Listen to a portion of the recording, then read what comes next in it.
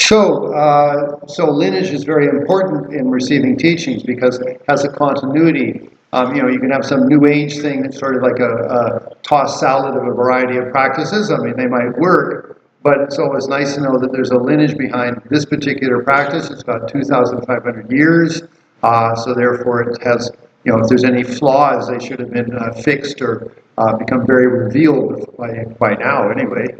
And then certainly we have His Holiness the Dalai Lama as a great inspiration. So for lineage. So that's with Refuge. As for the Tara practice, I've done the retreat multiple times, and if you're curious what does it mean to do a retreat of Tara, you have your altar, you set up your offerings, you have a ritual cake, which is to be where you invoke Tara, and then you do the retreat. It's a minimum of 110,000 of her mantra. If you ever wanted to do that retreat, it takes about 10 days. Or 8 days to do it, depending on how much time you put towards it. That would be a full retreat. But again, doing retreat isn't a necessity. The main thing actually is having a good heart. That's what it's all really about.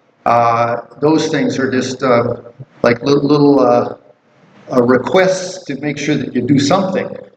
That you don't just sort of think, I got the initiation, I'm blessed, actually, I think in the original Christianity, you had to do a retreat until you had a vision of some sort with Jesus. And that was more in the Desert Fathers tradition. The Romans came along and they said, well, we want to have more Christians. And so you can just get water on your forehead, and then you're a Christian, Whereas the original was actually, you had to do a retreat. It's interesting, and I'm not criticizing anything. I'm just saying things change. So certainly, anyway, you're being given the key, or let's say the permission to be able to do practice, which is very good. I do, from my side, I've done the retreats. I have permission from my teachers. So therefore, it is an authentic transmission of this practice. Okay. So, in regards to the refuge ceremony, what's really important is that Buddhism is that you're making personal statements and you're being witnessed. I'll give you an example. Let's say you're in a relationship, but you never really tell anybody you love them. You just sort of like, oh yeah, we're together, we're going to go to a movie, we go to dinner, maybe we're more than that, whatever. But, it's sort of left open. Whereas if you then say, oh, I like you, then it gets a little bit more serious, doesn't it? Because, what's happening here? And then if you say, oh, I love you, ooh, it just cranked it up a whole bunch more, didn't it? And then if you say, will you marry me? Whoa, that's unbelievable. And then actually, and this is in Buddhism, when you have a wedding in Buddhism, it's not sanctified by the church or anything. Actually, marriages and relationships and all of that is completely independent of the monks and the nuns. Now, obviously within Buddhism, there's marriages, there's marriage ceremonies, but it's not a religious, sanctified by the Buddha event. Marriages are of a couple in their community saying, we're together. Hey, let's have a party and I want you to recognize us. So in Buddhism, it's always about personal statement. Who am I? And so, for example, in a relationship, in a wedding, in Buddhist terms, it's being witnessed by the community. So therefore, that's let's say you've made a commitment to a person. Buddhist marriages are just as romantic and emotional and everything as any other marriage ceremony. They don't lack that. It's just that even, for example, if you were a Buddhist and getting married, you would maybe invite monks and nuns to come and do a ritual of long life and prosperity for you, but then they leave when you actually do the ritual of, I pronounce you marido and esposo, or whatever, a husband and wife. So this is just so you understand a little bit about how is it in Buddhism that it's about who am I and where am I coming from. So in a refuge ceremony, you are making a statement about yourself, about Buddha inspires me. It's not God. It's not that you worship. The Buddha is an inspiration, a person who practiced hard and finally became fully enlightened. And if you ever sort of curious, okay, Buddha, we've heard about him, Well, Buddha lived for 45 years, and he walked around maybe a 200-mile radius of one part of India. And yet, from there, then, it went to India, Sri Lanka, China, Japan, Korea, Mongolia, Tibet, Indonesia, Malaysia. All those countries were Buddhist. You have to be pretty charismatic, pretty unbelievable to accomplish that. That's not something simple. So, obviously, the Buddha was an incredible being. Had incredible influence on people. So, when you take refuge, you're inspired by the Buddha and the teachings and such. The Dharma is the actual techniques that you rely on, and then your spiritual friends to keep you on the path, to keep things nice and clear, or give you support when you're having a hard time. That's the Sangha. So when you take refuge, those are the objects. But for example, my role is I'm it's called the preceptor and witness. So I witness you. I say, oh, okay, what are you saying? So it's like if you said, I love you, will you marry me? Then I heard it, so I know, I'm more serious. So like that anyway, when you do a refuge ceremony, it's about you. Now, what are the rules? Just become a Buddhist, a pint of blood every day or something like that? No. To the best of my ability, may I be of help. To the best of my ability, may I not cause harm. So it's not like, I cause no harm. To the best of my ability. So, for example, let's say you use raid in your house and you kill some mosquitoes and cockroaches. Okay, that's not the best. That is some bad karma. But the thing is, you weren't like, it's not like you can't, you do to the best of your ability. And same thing to be helpful. It's not like you have to become Mother Teresa or, sacrifice everything. It's rather to the best of your ability, you offer help. So if you were to take refuge, that's it. Now, on top of that, if you've taken refuge but you want to be a little bit more serious and actually make your karma a little more powerful, you can take 1, 2, 3, 4, or 5 layman's precepts. I will not kill. Now that actually refers to not killing humans. Although some teachers do refer to it to animals and things, and obviously it's not good to kill an animal, but the actual rule within Buddhist terminology is that if you want the precept of I will not kill another human. So you could use that like the Quakers use that if they get drafted, they don't get put in positions of the army with guns and things. So that would be that's Buddhist. I take the precept of not to kill. Not to steal is to not give something that's freely offered. So that's the second precept that you could take as a layperson. The third is not to lie. So to the best of your ability, you don't lie. Then not to commit adultery, not to be unfaithful to your partner is number 4. And number 5 is not to take intoxicants. And intoxicants generally are considered alcohol, but it means it's anything that gives you a loss of clarity. So, you don't need to take all 4. One of my friends, he loves having lots of girlfriends, so he doesn't take the one about being unfaithful. He says, I'm not going to kill and I'm not going to steal, but that one I don't know. That's personal choice, What his karma is going to be, though, is he's always going to have trouble in his relationships because he's not very devoted. But that's his problem, not mine. Anyway, so if you could just take refuge, is best of my ability not to kill, the best of my ability or not to harm, and the best of my ability to be beneficial. Then if you wanted to, for example, if you are a Buddhist, you could upgrade that with up to 1, 2, 3, 4, or 5 precepts, just like 1 or 2 or 3, as you wish, okay? That's the thing. Now, that's just so you're clear if you were going to take refuge, what am I doing? Like I say, it's not a pint of blood or it's not anything like that. Okay, that's 1. 2, why would you do it? The first, there's actually, in the traditional teachings, there's 3 principal ones. One is that apprehension for suffering.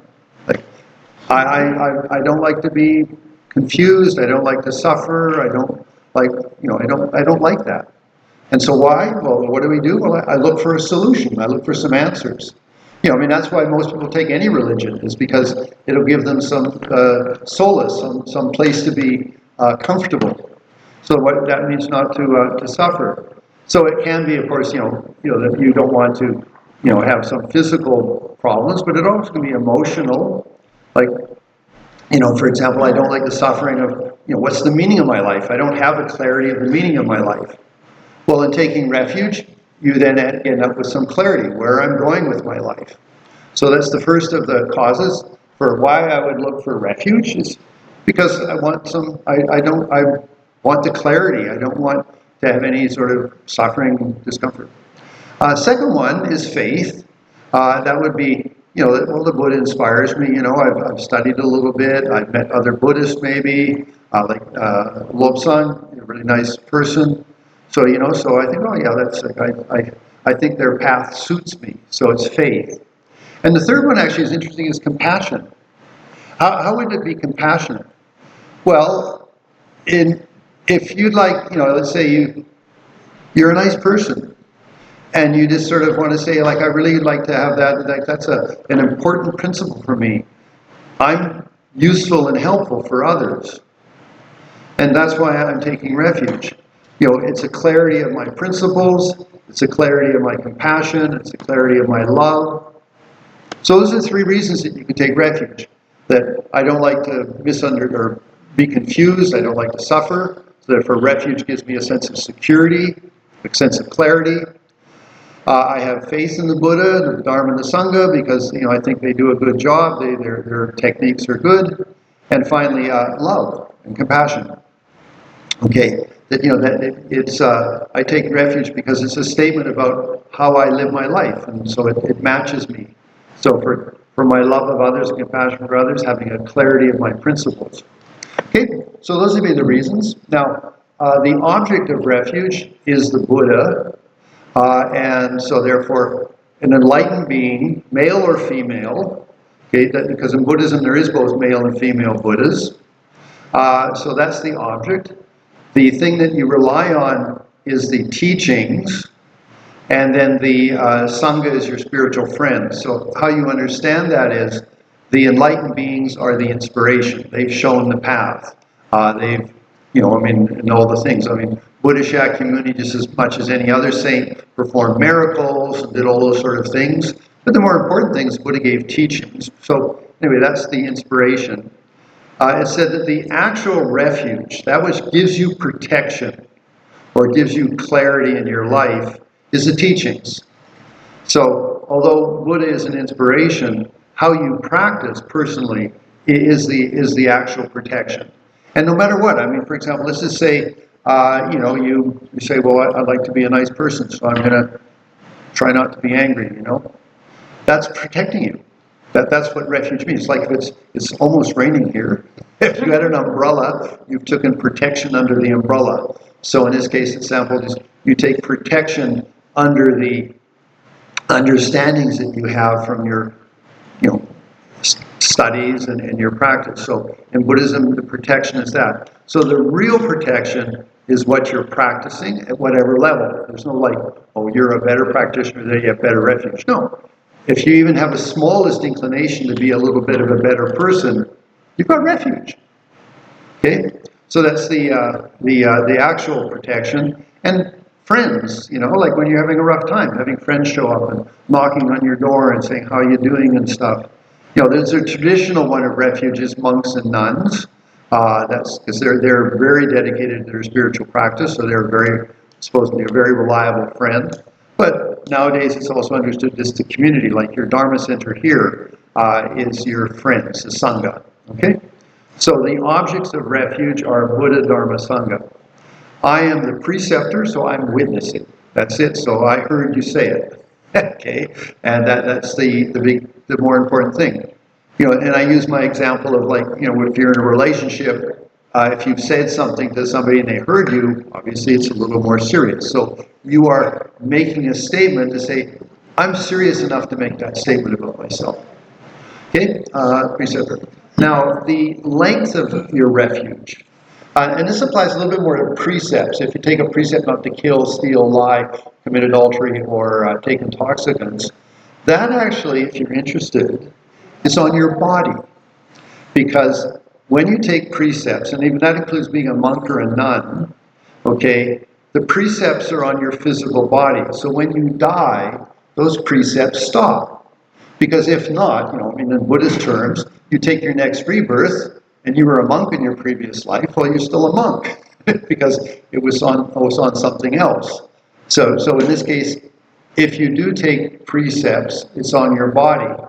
Now, something that's interesting, though, altruism, bodhicitta, the wish to be of benefit, is on the basis of your mind. So, again, to be a bodhisattva, there's advices. It's really the same. May I be of benefit, may I not harm. But the idea is that may I be of benefit universally, for the benefit of all sentient beings. So that, because it's in your heart, can show up in the next rebirth, that you're a nice person. And then, again, if you meet the Buddha Dharma, then that gets rekindled, and again, your bodhicitta, your altruistic heart gets increased. So there's a difference. This is where Buddhism is very intelligent. It's not just sort of throw a precept on you and then not tell you much. So if you take refuge, well, the refuge, you could say that's just an intention to be more virtuous. If you took precepts, they're on your body. If you take bodhicitta, it's on the continuity of your consciousness. Okay, so that's the thing. So, for those of you, is there anybody here who's taking refuge for the very first time? Okay, you know how to do prostrations? Okay, for those that are doing refuge first time and they really want to do it properly, I need 3 prostrations. Now, for those of you that are already Buddhists, it's a proper ritual, okay? 3 prostrations, please. Okay, but you already have refuge. You're not taking refuge newly. But if you wanted to improve your refuge with precepts, then please do 3 prostrations. So for those of you that would like to either just redo the ceremony because you want to reaffirm your being a Buddhist, okay. If you would like to take 1, 2, 3, 4, or 5 precepts, okay, then please do 3 prostrations. And in this ritual, you will then take those precepts, okay? Okay, so please do 3 prostrations, those of you that are interested.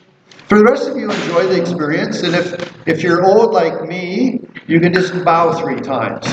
You don't need to actually do a prostration. Okay, so do them at your own speed. I'm not doing any special prayer.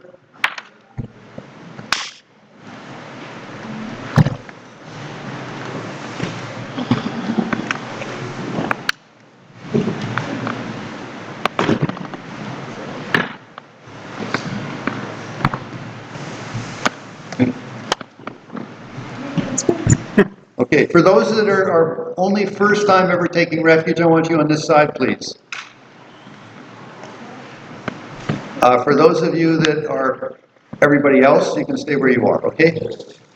Now, if you want to, for those of you who would like to, you can stay in a chair. For those of you that would like to, or we'll say taking refuge or reaffirming, you kneel, one knee, I'll show you.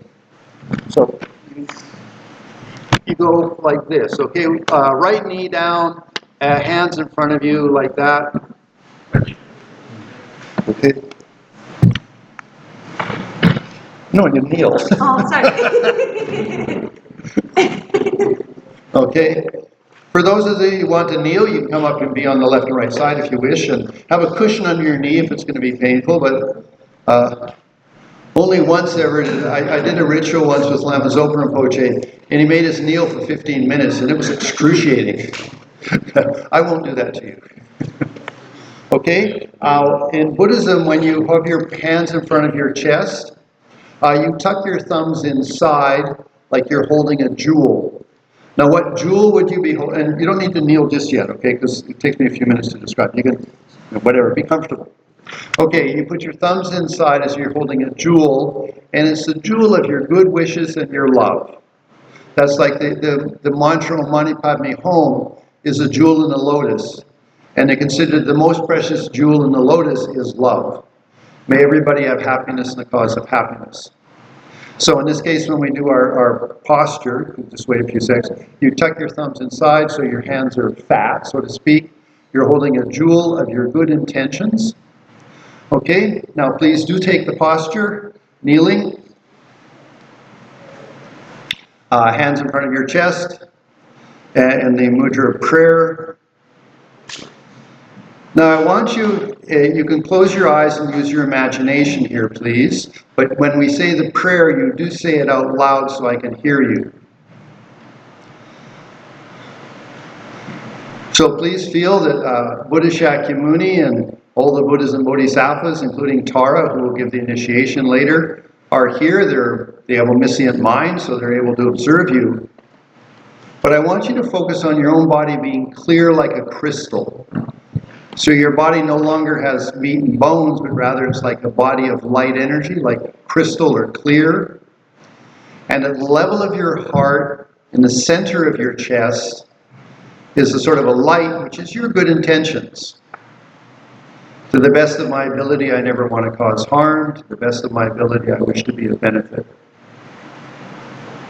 And so you focus on that, and what you're feeling is that the Buddhas are observing that. My intention. So focus on your feelings in the center of your chest, and that's being observed.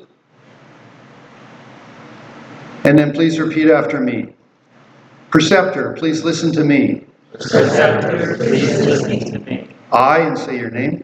I, from now until my death. from now until my death. Go for refuge to the Buddha. Go to refuge for the Buddha, The supreme of all beings. the supreme of all beings. Go for refuge to the Dharma. Go to refuge for the Dharma, Free of attachment. free of attachment. Go for refuge to the Sangha. Go for refuge to the Sangha, The best of all communities. the best of all communities. Preceptor, please accept me. Preceptor, please accept me. I who have faith in the Triple Gem. I have faith in the Triple Gem. Preceptor, please listen to me. Preceptor, please listen to me. I, from now until enlightenment, from now until enlightenment. go for refuge to the Buddha. Go to refuge to the Buddha, The supreme of all beings. the supreme of all beings. Go for refuge to the Dharma. Go for refuge to the Dharma, Free of attachment. free of attachment. Go for refuge to the Sangha. Go for refuge to the The Sangha, best of all communities. the best of all communities. Preceptor, please accept me. Preceptor, please accept me. I who have faith in the Triple Gem. I who have faith in the Triple Gem. The end of the third recitation, you will have received your refuge or precepts. Focus on your feelings and feeling that they're being observed. Preceptor, please listen to me. Preceptor, please listen to me. I, from now until my death, From now until my death. go for refuge to the Buddha, Go for refuge to the Buddha, the supreme of all beings. the supreme of all beings. Go for refuge to the Dharma, Go for refuge to the Dharma, free of attachment. free of attachment. Go for refuge to the Sangha, Go for refuge to the the Sangha, best of all communities. the best of all communities. Preceptor, please accept me. Preceptor, please accept me. I who have faith in the Triple Gem. I who have faith in the Triple Gem. Okay? So, Felicitatis, happy you just took refuge. Okay. So please get comfortable, take your seats again. You don't have to stay on your knees.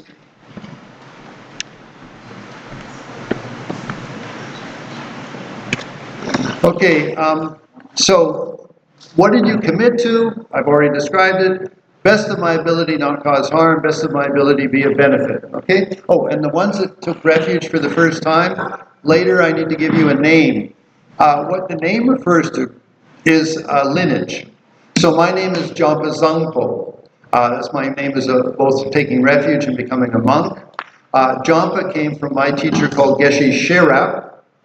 And then Geshe Sherap got his refuge from Jampa Rinpoche, and that goes all the way back to Buddha Shakyamuni. So it's a transmitted name. And there's lots of names. There's Lobsang and Tenzin and whatever. Okay, so one of my names is Jampa. The other one is Zangpo. That means to be noble. And that came from Ling Rinpoche when I became a monk. So for those of you that are brand new, first time, I have to give you a name, which will either have Jampa or Zangpo in it, and that'll be that's your lineage going back to Buddha Shakyamuni. It's a living lineage. Okay. So at the end, we'll do that. Okay, now, next thing. Okay, so you already know the commitments.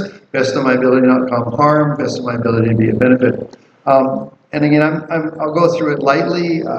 Hilda and the Dharma Center and Rahu can help with other details. Don't be a little careful in reading material.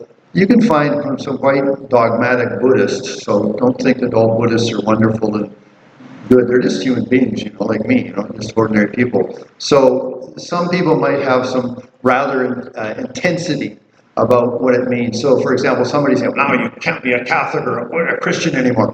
I'm sorry, no, you can be a Kabu, Catholic Buddhist. There's no problem, I think why. Because we're talking about ultimate beings. So if there really is God, it's an ultimate being. Well, he's not going to say, well, I don't work for those Buddhists. Or if we say Buddha, who's an ultimate being, no, he won't work for the Christians. That's ridiculous. It's like being a pre or pan or being a Republican or a Democrat, It's not like that. Enlightenment is, I'm becoming a good person, a beautiful person. Anyway, in regards to continuing forward, yes, to the best of your ability, don't cause harm. Yes, to the best of your ability, don't be a benefit. And in this case, respect statues; they represent enlightenment. Then respect the teachings because they help me understand my path, and respect people that are Buddhists or monks and nuns because they're really dedicated themselves to practice. So that's called to attempt to respect all images, the teachings, and adoring people. Then there's one here, and again, I'm doing it lightly. You can get more teachings later, from other teachers, but it says, don't take ultimate refuge in other things. So what would that mean? Well, you can still go and have a tarot card reading if you want to, but your real deep refuge is the Buddha Dharma Sangha, okay? So, even the Tibetans have their oracles, they have their psychics and people like that who give them predictions. But the thing is, the ultimate refuge is the Buddha Dharma Sangha, and that is my practice. That's your real protection. That's what's really going to give you a good rebirth or take you to heaven or whatever you want. Okay, try to not cause harm. And if there's people that are really heavy duty, I don't know, just other religions, like it's only, you're on a bad path, you're going to be born in hell. Well, it just says in Buddhism, don't hang out with them too much, because they'll bug you. They'll just continually bother you. My sister-in-law, she's passed away now, but she was a fundamentalist Christian, and one time I was visiting with them, and she said to me, she was like, won't you accept Jesus Christ into your life? And I said, well, look, I'm ethical and virtuous. And I think Jesus likes me, And she couldn't answer that, so. But I think truly, actually Lama Yeshe, one of my gurus, he had a little statue of Jesus Christ, the one with his open heart, not the one with the head on a stick, the other one. So anyway, it's sources of inspiration. Okay, and for those of you who took refuge, try to say 3 times in the morning taking refuge. Just sets the tone for the day. And at nighttime, if you can, take refuge 3 times. And that could be, like I go for refuge to Buddha Dharma Sangha from now until enlightenment. I'll work for the benefit of all sentient beings. May all beings be happy, or whatever. So you can just say it 3 times. Just a nice, simple prayer. Just say, hey, that's how I live my life. That's my principles. Okay? So take refuge 3 times a day and 3 times a night. Just remember that it's good to be positive. Being positive, constructive puts you in a good direction. Being negative just makes yourself and other people unhappy. So try not. And then the final one, there is a mantra. There's lots more details, but the thing is just I don't have a lot of time to go into it. Most of you are studying with the Dharma group here, so you can get more teachings. Bottom line, though, is, like I said, best my ability, help, not cause harm. Before you drink or eat, it's just good to sort of be a little bit appreciative of the dynamics that brought it there. It's interdependent. And you say Om Ah Hum.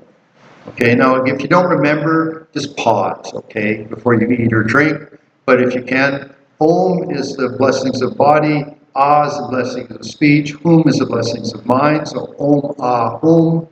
And that's just a sort of saying, I appreciate the dynamics that brought it here. I offer it to Buddha Dharma Sangha, like that. It's typical of many religions.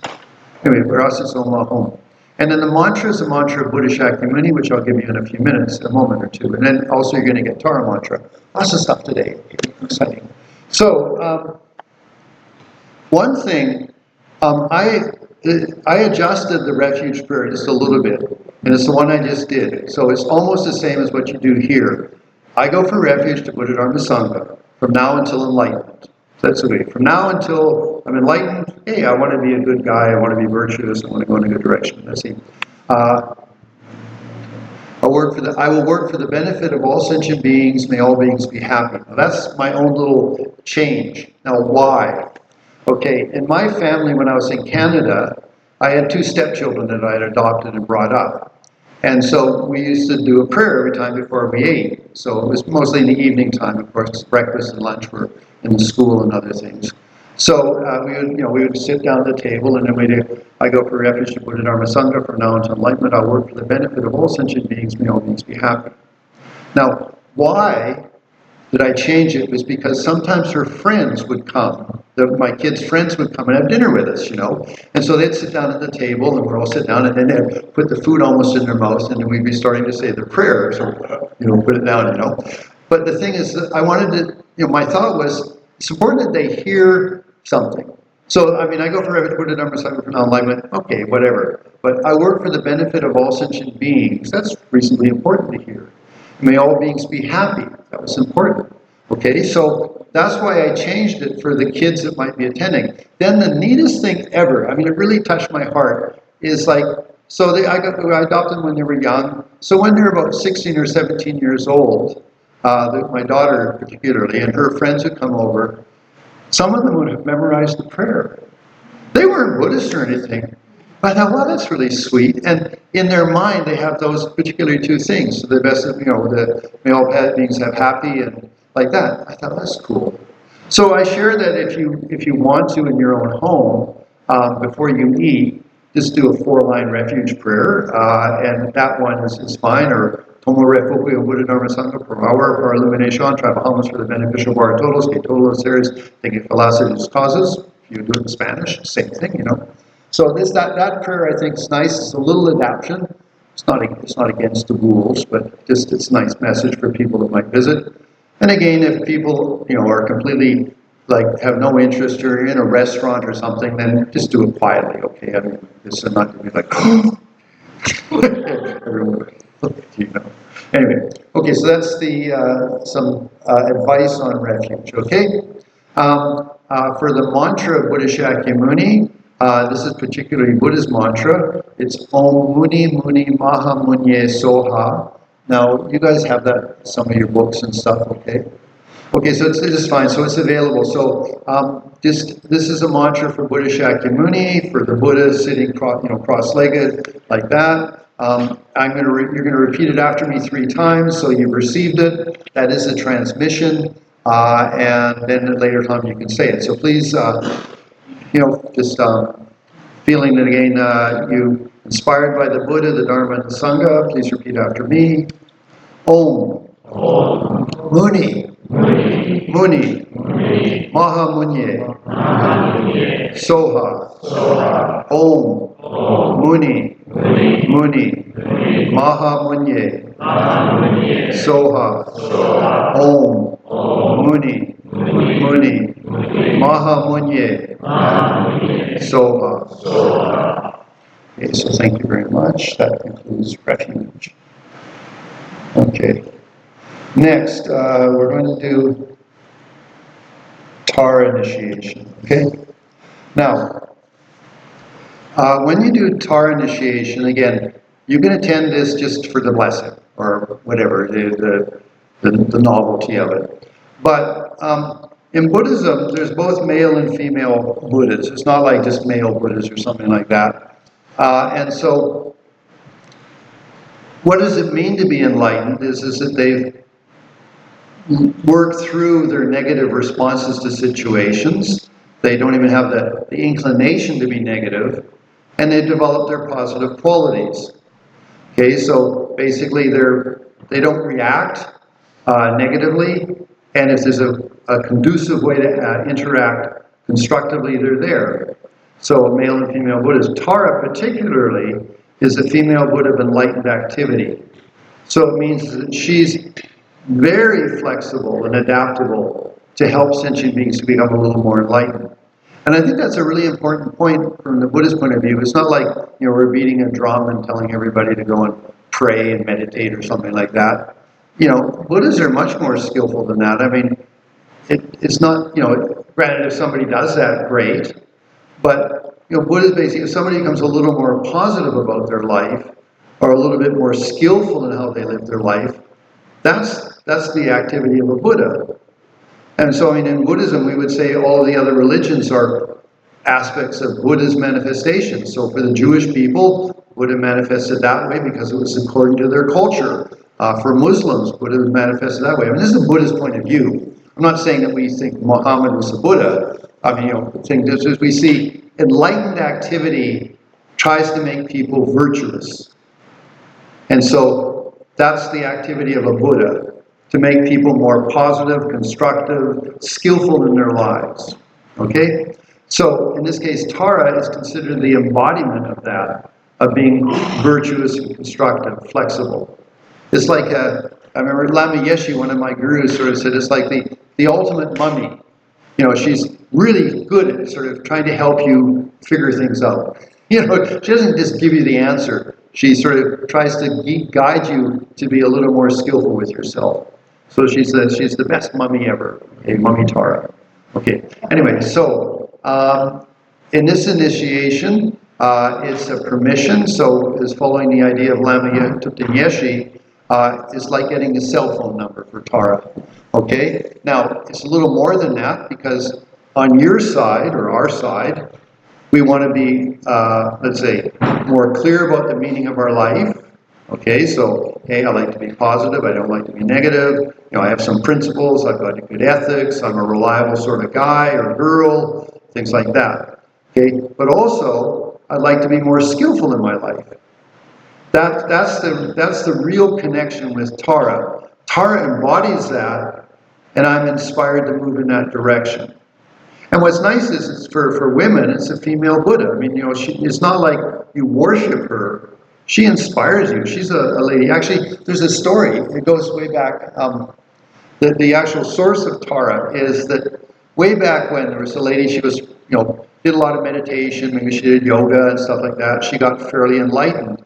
And it said that she could project her mind or spread her mind out in a community, and she could feel when somebody was having some problem, and she would sort of bless them or in some way inspire them to be able to solve their problem. She was quite powerful as a woman, and she kept practicing. So as she became more and more capable and enlightened in her practice, the bodhisattvas, male bodhisattvas, would notice her. So at one point, finally, she was almost enlightened. I mean, she was a really unbelievable woman with incredible ability and capacity. Certain bodhisattvas showed up and said, wow, you're really enlightened, but hey, it's better to be a man, because, if you went off and lived in the forest, you won't get attacked or hurt or anything like that. It's much better a male rebirth, And Tara said, nah, I don't think so. She says, I want to be a woman, and I want to become enlightened as a woman. I'm sorry, so no. She said no. Okay, and so really I think it's the very first feminist movement, this is a story right out of the scriptures, I'm not making it up. Tara was the first feminist, and not that we need to be feminist, like intensive, but just, hey, women have power and ability. And that's what Tara was saying, hey, I'm a woman, I got here by being a woman, why would I want to suddenly take a rebirth as a man? Forget it, So in our And our inspiration for Tara practice is that she is an enlightened lady. She's got incredible skillful means in helping us to become more enlightened in a variety of ways. She doesn't have any limitation. And so when we do her practice, one on our side, we want to be more skillful with ourselves, and so having interest and love or affection towards Tara, great, because it's making her closer to you.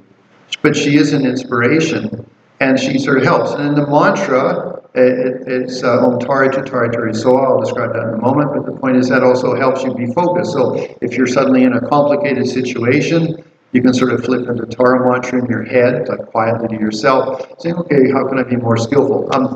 I think a good example of enlightened Buddhas is if you're into martial arts, there's hard form where you kick and punch, but then there's Aikido. And Aikido doesn't do anything aggressive, but it moves the other person's energy and overcomes them, so to speak. So that's what like a Buddha's like. They're like an Aikido artist. That they don't attack or aggressive, but rather whoever you are, they work with you and your energy as you're moving through life, and they help you to become more enlightened. So that's sort of like how we sort of look at Buddhas, that they have that sort of a quality. Okay, so I've invoked Tara on the altar. As I said earlier, I've done the retreats. I have the permission from my teachers, so therefore I'm qualified. Your qualification, if you wish to just receive this as a blessing, it's fine. There's no commitment. If you do want to receive, you might say, her practice in a more dedicated or like with intention, with sincerity on your side, you are getting an authentic initiation, so that's good. And then, of course, if you do the practice whatever daily or whatever you often want. Again, I will make a very short sadhana available to Hilga and to Rahul for you guys. So you'll have that available if you wanted to. And then her mantra. Of course, in Torion, I've been there for 20 years now teaching. And I've got students that have been practicing Tantra for almost 20 years now.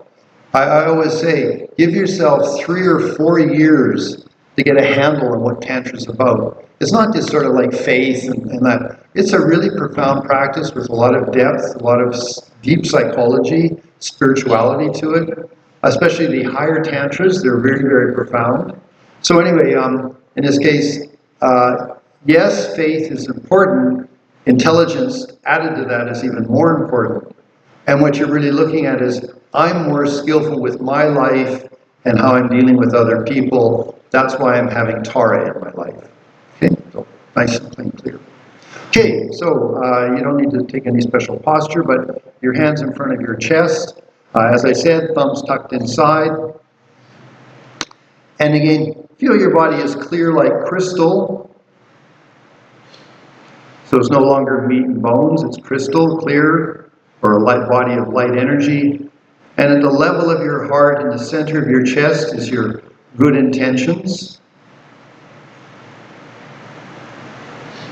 And again, please repeat after me. O you of great joy, my teacher. O you of great joy, my teacher. Protector who works for enlightenment. Protector who works for enlightenment. I request you please. I request you please. Bestow me the pure commitments. Bestow me the pure commitments. Bestow me bodhicitta. Bestow me bodhicitta. I request you to grant me. I request you to grant me. The 3 jewels of refuge. The 3 jewels of refuge. Buddha, Dharma, and Sangha. Buddha, Dharma, and Sangha. I request you to bring me. I request you to bring me. To the supreme city of great liberation. To the supreme city of great liberation. O you of great joy, my teacher. O you of great joy, my teacher. Protector who works for enlightenment. Protector who works for enlightenment. I request you please. I request you please. Bestow me the pure commitments. Bestow me the pure commitments. Bestow me bodhicitta. Bestow me bodhicitta. I request you to grant me. I request you to grant me. The 3 jewels of refuge. The 3 jewels of refuge. Buddha, Dharma, and Sangha. Buddha, Dharma, and Sangha. I request you to bring me. I request you to bring me. To the supreme city of great liberation. To the supreme city of great liberation. O you of great joy, my teacher. For you a great joy, my teacher. Protector who works for enlightenment. Protector who works for enlightenment. I request you please. I request you please. Bestow me the pure commitments. Bestow me the pure commitments. Bestow me bodhicitta. Bestow me bodhicitta. I request you to grant me I request you to grant me the 3 jewels of refuge. the 3 jewels of refuge. Buddha, Dharma, and Sangha. Buddha, Dharma, and Sangha. I request you to bring me I request you to bring me to the supreme city of great liberation. to the supreme city of great liberation. Okay, so now then, some of you already taken refuge, but it's just part of the ritual, so we do it again. It's just a 4-line prayer. So you're taking refuge, but also in this case, you're validating your bodhicitta. That means your altruism. So in the morning class, I talked about it in terms of that, bodhicitta is an altruistic feeling. I'm interdependent with the universe. May I offer something back to that interdependence? May I help the world be a better place? May I help sentient beings be more enlightened in their lives? That's the meaning of bodhicitta. And I mean, again, it's not like we're not evangelists. Actually, in Buddhism, if you walk your path, if you just do your path, that's how you evangelize, so to speak. Because somebody might come up to you and say, "Gee, you're a really nice person." You say, "Well, thank you." And I say, "Well, what do you do?" And then you could say, "I meditate." They say, "What's that?" And, "Well, I sit down constantly," whatever. You don't need to say, "I'm a Buddhist," and we do all these fancy stuff like that. You don't need it. You just say, "I meditate," You be subtle. That's the whole thing. Buddhists are subtle. I mean, if somebody's not interested, fine. May you have happiness the cause of happiness. But if somebody does show some interest, it's not like you ignore them. But again, I mean, you don't evangelize and beat them with a drum or something. You just say, "Hey, okay, be positive. Don't be negative." That's sort of the skillful means of Buddha. It's like, really, actually, the more important thing is that, let's say, Buddha came along and says, "You should be virtuous." And you say, "Okay, I've been told to be virtuous." That's not really your own motivation. You got to understand, Buddhas want you to make the decision. So they might show the qualities of being positive, but then you say, "Hey, I want to be like that." That's your own decision. That's your own power. And that's the difference between Buddhism is that it's not like telling people what to do. You live your life, you try to be positive, constructive, you try to do the best you can.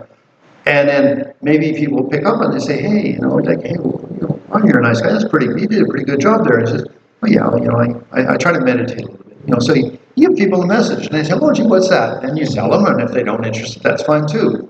So anyway, bodhicitta it's in our feelings. I wish to be of benefit. As much as I'm supported by planet Earth, water and food and things, I'm supported by the people in my life, I'm supported by, all the different factors. I'm interdependent with those. May I offer something back? So with that thought in mind, please again, you're making a statement about yourself. Remember in Buddhism, I'm witnessing it, Tara's witnessing it, but you're making a statement. I take refuge in the precious jewels. I take refuge in the precious jewels. I openly confess all my negativities. I openly confess all my negativities. I rejoice in all virtues of all beings. I rejoice in the virtues of all beings. I take to heart the enlightenment of the Buddhas. I take to heart the enlightenment of the Buddhas. I take refuge in the 3 precious jewels. I take refuge in the 3 precious jewels. I openly confess all my negativities. I openly confess all my negativities. I rejoice in the virtues of all beings. I rejoice in the virtues of all beings. I take to heart the enlightenment of the Buddhas. I take to heart the enlightenment of the Buddhas. I take refuge in the 3 precious jewels. I take refuge in the 3 precious jewels. I openly confess all my negativities. I openly confess all my negativities. I rejoice in the virtues of all beings. I rejoice in the virtues of all beings. I take refuge in the heart of enlightenment. I take refuge in the heart of enlightenment.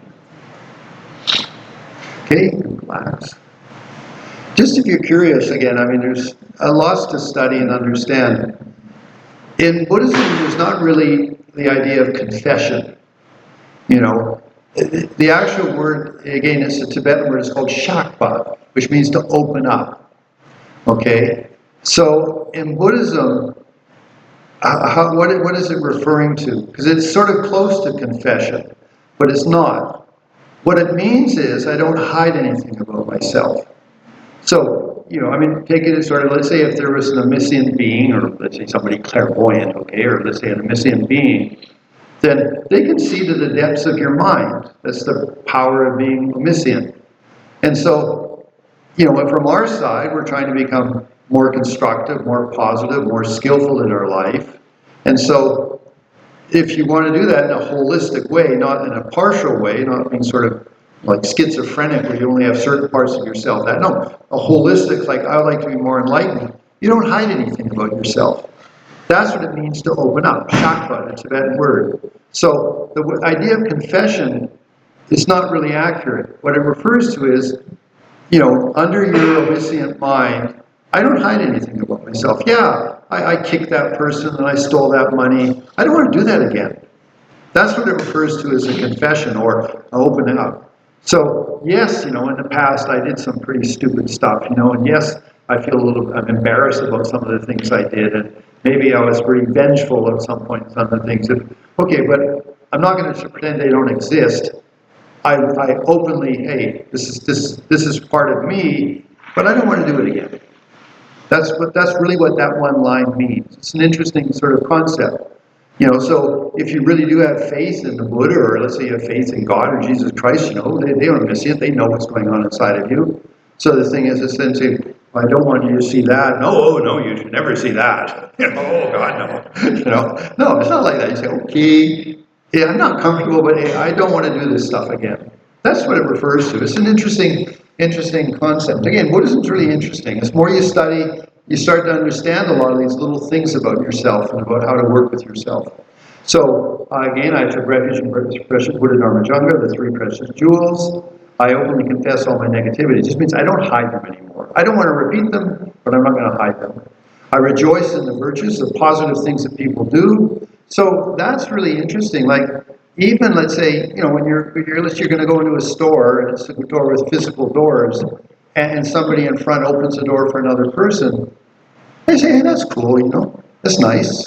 That's rejoicing. When you see somebody in a big lineup of cars and somebody gives space for somebody to pull in, rejoice. They say, that's a nice person. They were generous with the lineup of the cars, sounds silly, but it means that's your attitude. You've got a nice attitude. So I rejoice in the virtues of all beings isn't some sort of Mr. and Mrs. Goody-Goody. It's just, hey, I like being positive, and when I see somebody else being positive, I like that. I think that's cool. And you don't need to say anything about it. It's something that goes on inside of you. So when somebody does something nice, say, hey, that's cool, that's good, I like that.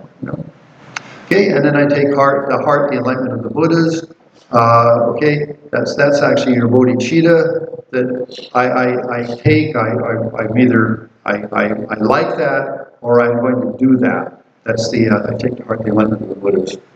Okay, so congratulations, you are now closer to receiving the initiation of Tara. Now,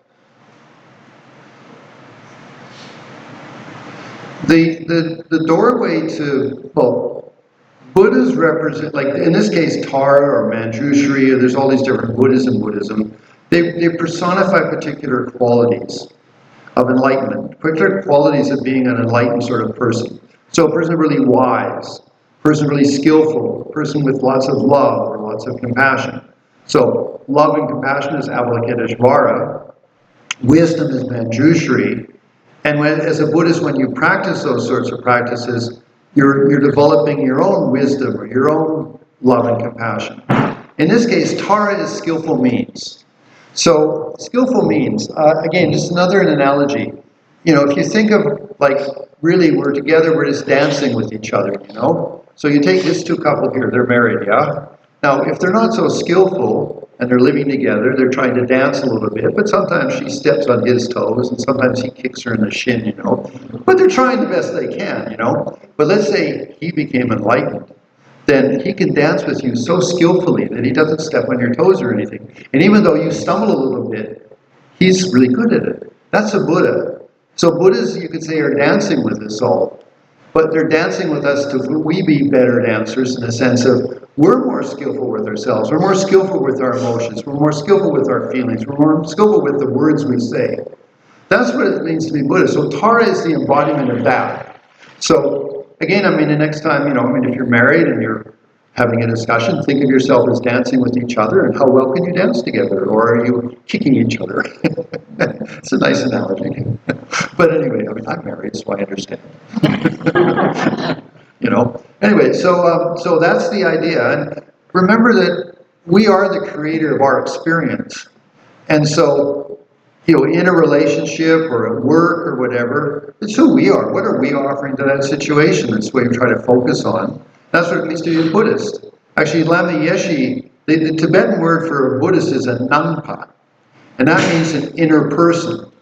So Lama Yeshe said that, like, as a practitioner of a Buddhist, you're more conscious of your inner life.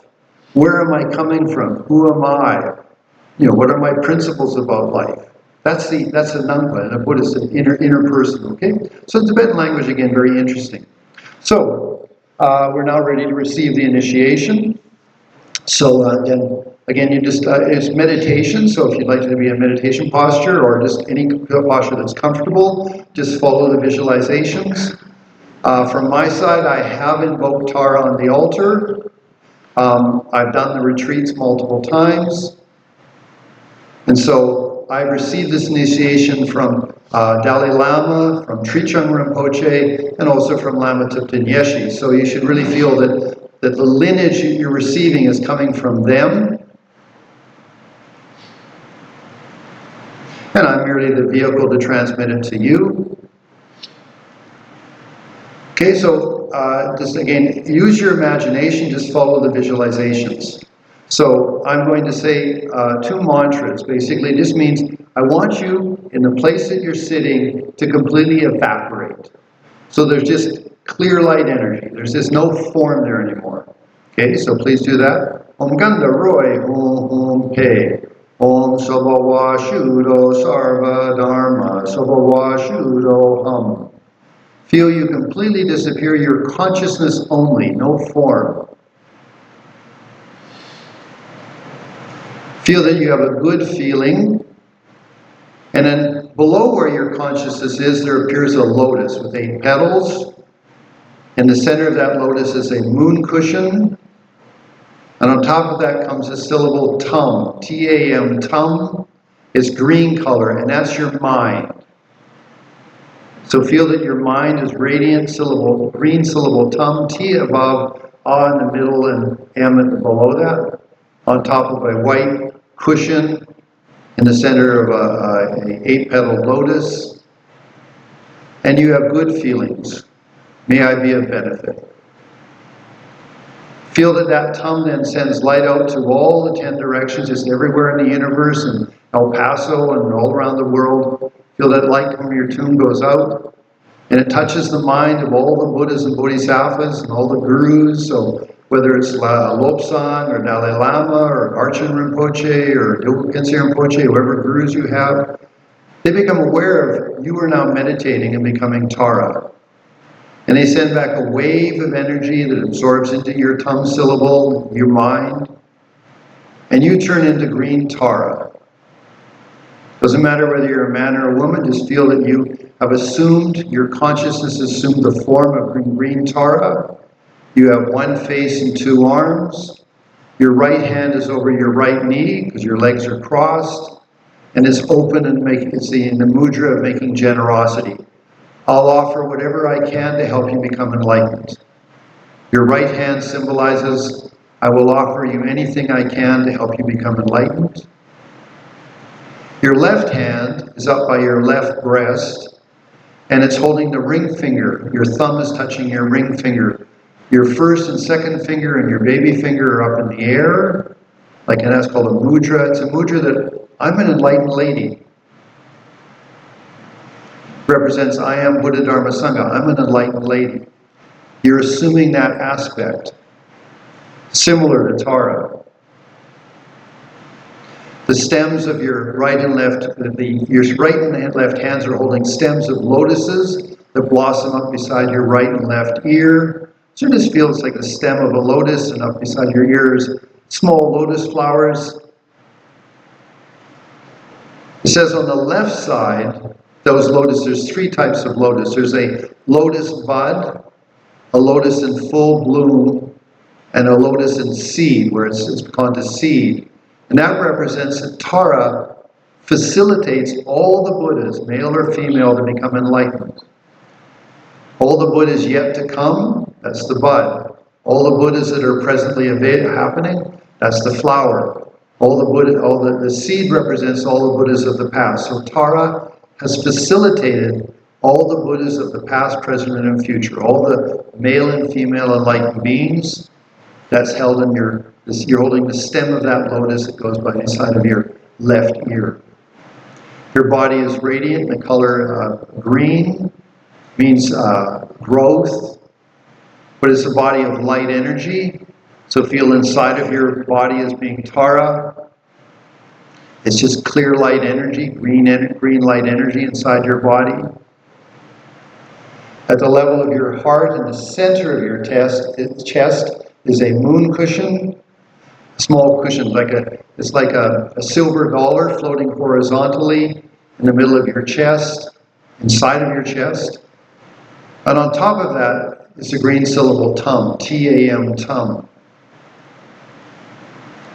Feel that then light from that syllable tum of you as Tara goes out and touches the mind of all the holy women in the world, all the divine feminine energy of the universe.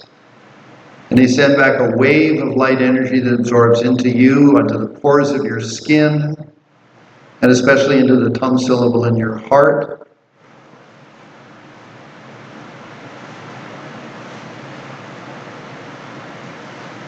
Feel that absorbs into you.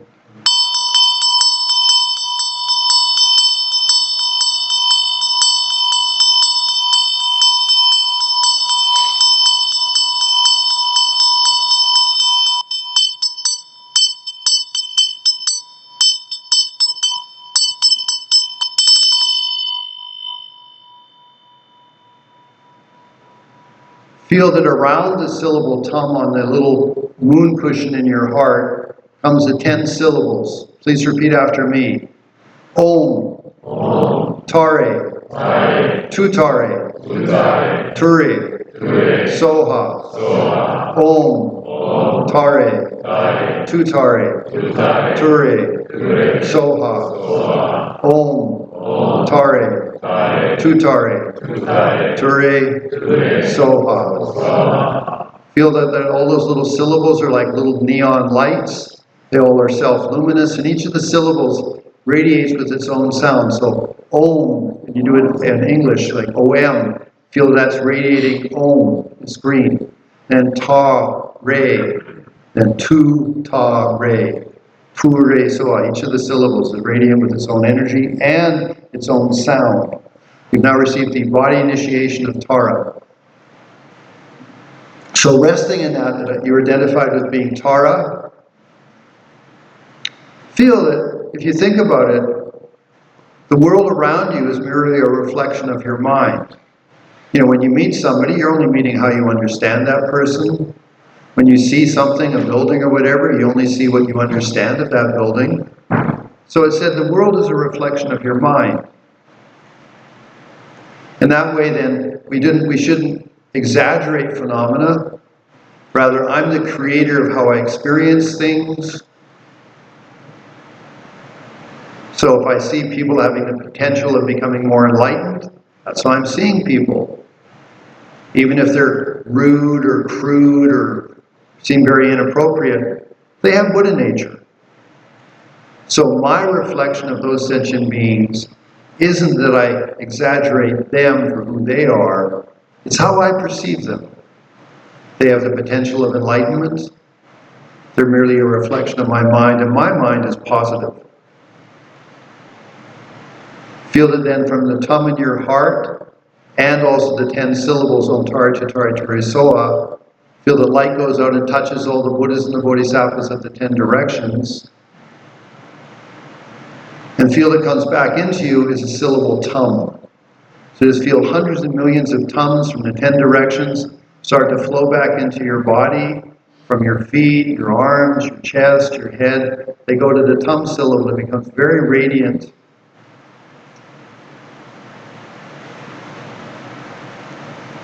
And you receive the speech initiation of Tara.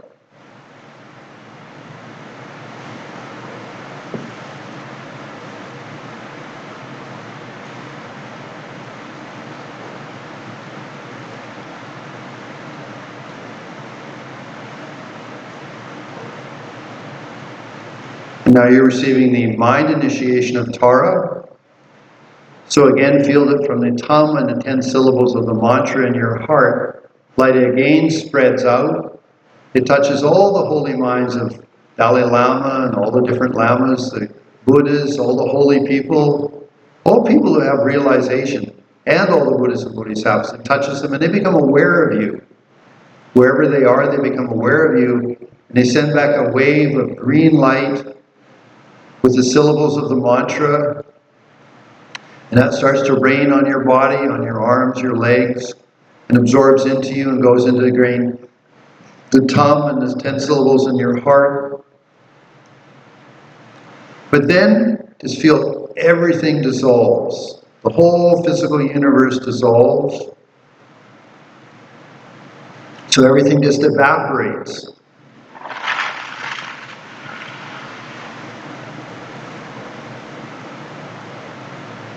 So nothing but clear light, like open like the space of the sky. So if you can think of yourself at like at 30,000 feet up in the sky, just your mind floating, no form, clear light. If you can, you're not observing clear light, you are clear light.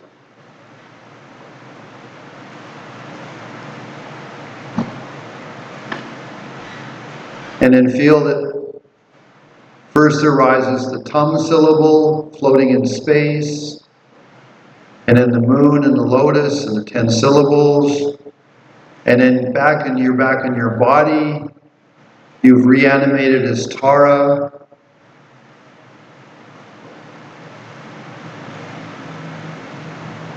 And you feel that you can perceive the Buddha nature of all sentient beings.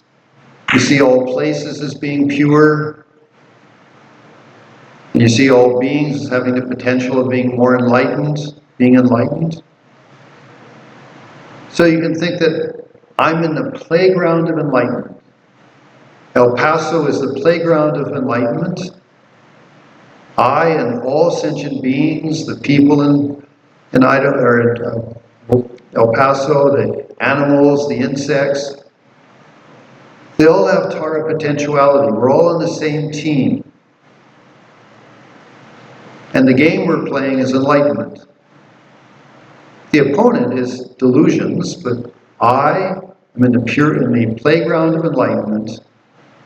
I and all sentient beings are on the same team.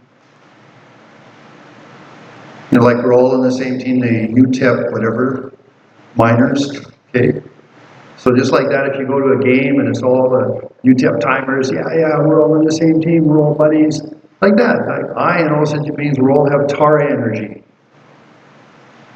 So there's nobody outside of that team. Everybody's included. I'm in the playground of enlightenment. I and all sentient beings are on the same team, and the game we're playing is enlightenment.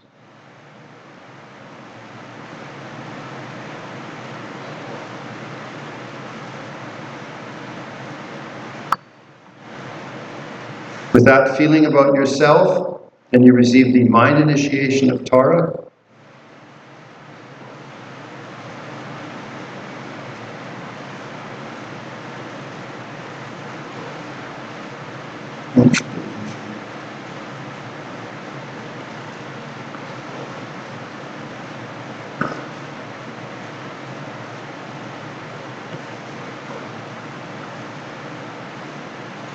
Okay. So please, we'll repeat together the mantra. So remember, this is like our cell phone number. What really makes your cell phone number work is your feeling about being constructive and positive about yourself and for the people in your life.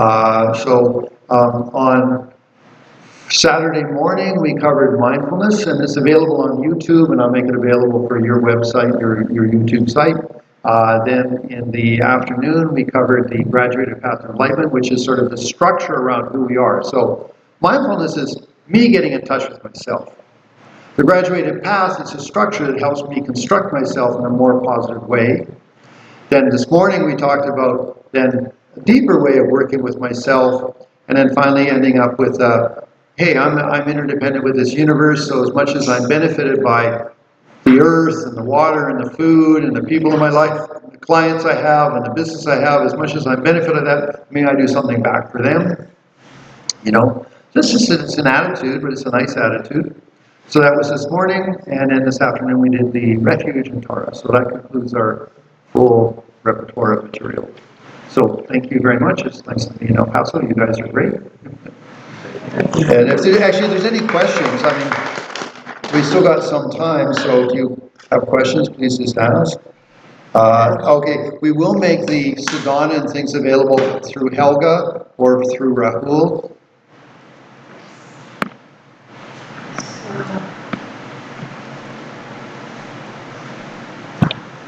Yeah, sorry.